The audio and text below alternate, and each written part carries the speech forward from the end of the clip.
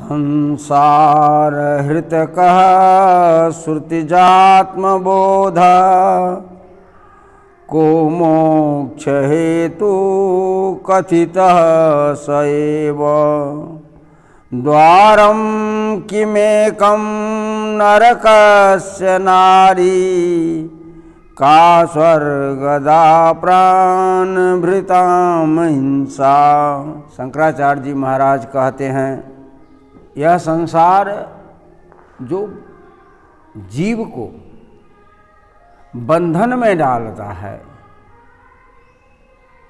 जिससे संसार में जीव उलझ जाता है, तो इस संसार का हरण करने वाला है ना, संसार का हरण करने वाला कौन है?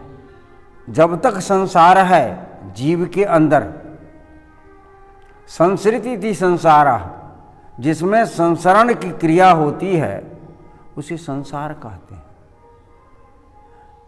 संसार में ही जन्मता है और मरता है। तो कह रहे हैं शंकराचार्य जी, संसार हृत का, संसार का हरण करने वाला कौन है? तो उत्तर में है श्रुतिजात्म बोध।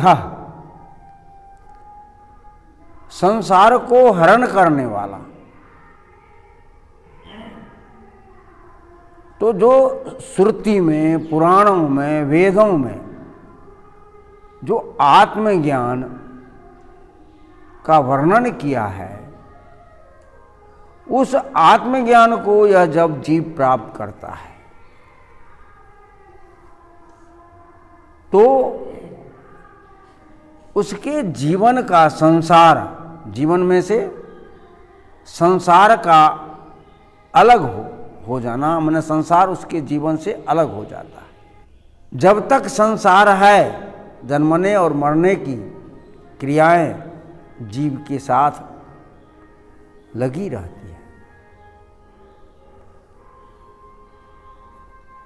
आया भी है कि संसार विलयो मुक्ति, संसार विलयो मुक्ति ही।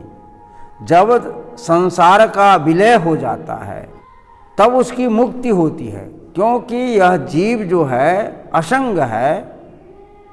जीव को असंगो अयम पुरुषः कहा गया है, और जीव का संबंध संसार से हो, जब तक संसार है तब तक जीव बंधन के चक्र में रहता है, बंधा हुआ रहता है। इसलिए कहा कि संसार विलयो मुक्ति। अब ये प्रश्न उठता है, क्या संसार नहीं रहेगा? घर नहीं रहेगा, कि पृथ्वी नहीं रहेगी, कि सूर्य नहीं रहेगा, कि चंद्रमा नहीं रहेगा, ये सब संसार है।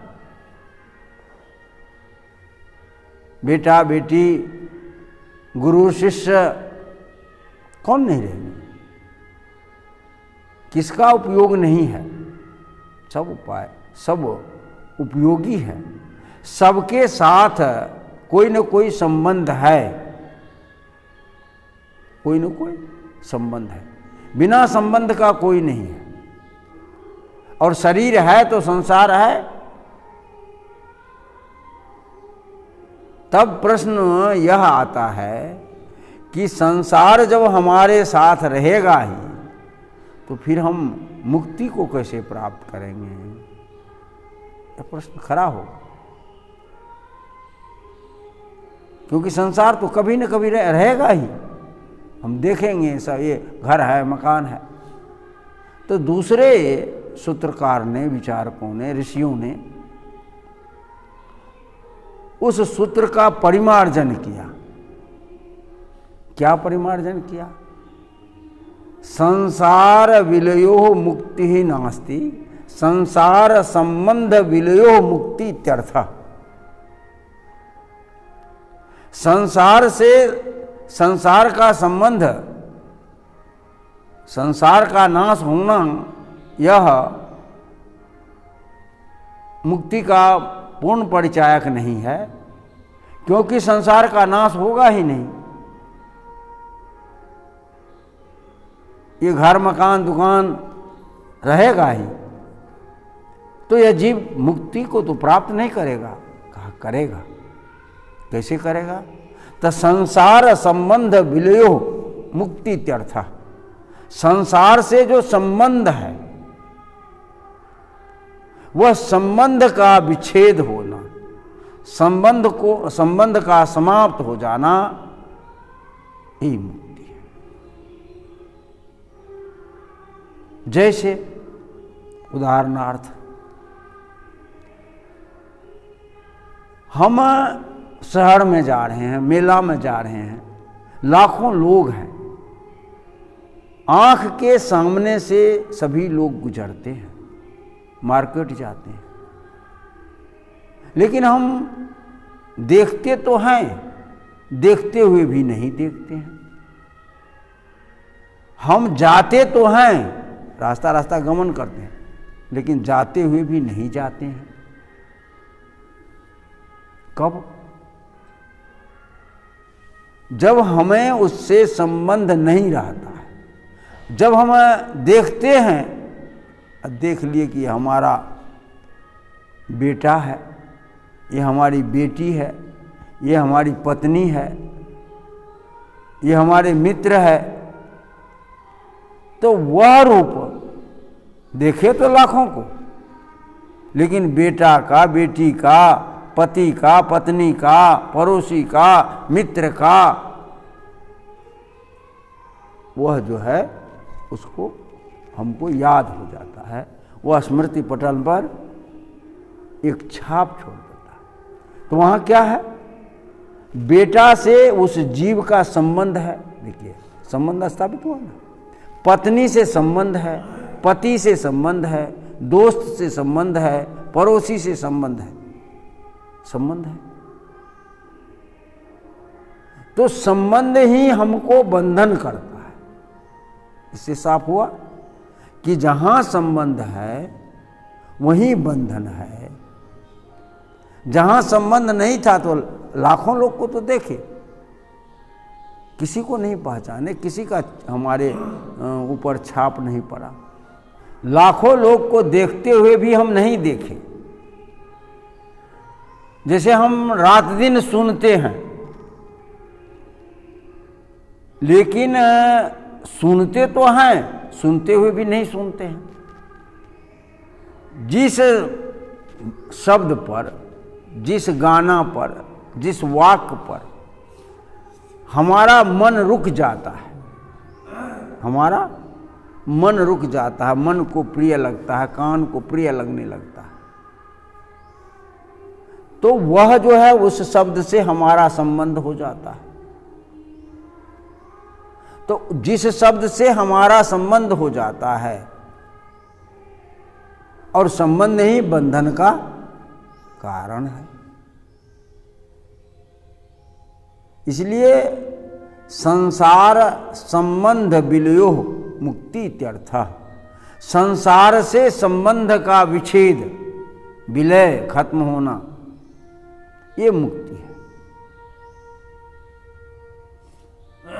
और संसार का हरण, हमारे जीवन से संसार का हरण कैसे होगा? तो इसी संबंध का विच्छेद। और संबंध विच्छेद होगा कैसे?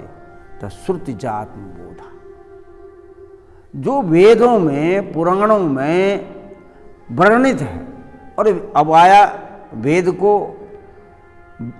कहा गया है कि वेदो अपरुषः, वेद, हाँ, तो वेद को अपरुषेय कहा कि इसको कोई व्यक्ति नहीं बनाया। लेकिन विवेक दृष्टि से देखा जाए तो कोई भी शब्द की रचना बिना पुरुष के नहीं होता। वेद में भी कई ऋषि हैं, कई ऋषिकाएं हैं, जिसके मंत्र उसमें उद्धृत है। वेद के ऋषिकाएं भी हैं, ऋषि भी हैं। तो जो तमाम मंत्र वेद में आया है उन वेद में आए हुए मंत्रों, उसके विचार, उसके नियम, जिससे हमारा जो संसार से संबंध है उससे हम पृथक होते हैं, अलग होते हैं। क्योंकि जो उस वेद के रचनाकार, जो वेद को देने वाले हैं, जो ऋषि हैं, ऋषिकाएं हैं, उनका जो ज्ञान है, उनका जो उपदेश है, उनकी जो साधनाएं हैं, वो जो हमें बताए हैं कि साधना को, उस साधनाओं को हम अपनाएंगे, उस ज्ञान को प्राप्त करेंगे, तो धीरे धीरे संसार से हमारा संबंध विच्छेद हो जाएगा। और संबंध विच्छेद ही मुक्ति का कारण है।